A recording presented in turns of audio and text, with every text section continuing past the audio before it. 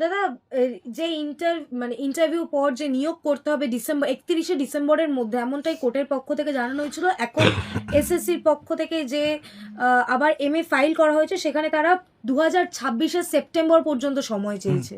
2026 পর্যন্ত রেখে দিতে চাইছে, কারণ জানে 26-এর পর এই সরকার আর ফিরবে না।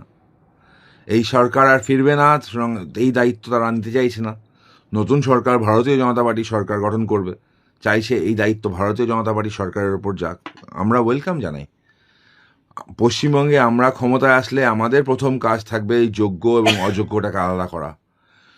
আমরা কোর্টে গিয়ে বলবো, যারা রাজ্য সরকার বলতে পারেনি এরা যোগ্য ওরা অযোগ্য, আমরা কোর্টে গিয়ে বলবো এরা যোগ্য ওরা অযোগ্য।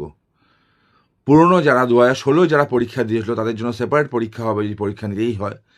যারা ফ্রেশার্স তাদের পরীক্ষা সেপারেট হবে, এবং আলটিমেট যে কটা ভ্যাকেন্সি আছে সে কটাতেই হবে, মানে সম্পূর্ণ নিয়োগ হবে, এতে কারোর কোনো অসুবিধা না হয়। ফ্রেশার্সরাও বলি হলো এই পদ্ধতিতে, এই পদ্ধতি এখন চলছে, এবং যারা আগে কাজ করতো ইন সার্ভিস তারাও বলি হলো। সুতরাং এই ওভারঅল সিচুয়েশন থেকে আমরা রক্ষা করবো। তৃণমূল পালানোর চেষ্টা করছে।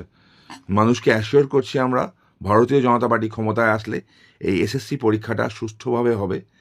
যারা যোগ্য তারা প্রোটেক্টেড থাকবে, যারা অযোগ্য তারা জেলে যাবে, এবং ফ্রেশার্স এবং 2016 ক্যান্ডিডেটদের পরীক্ষা সেপারেট হবে, যাতে কারোর কোনো অসুবিধা না হয়।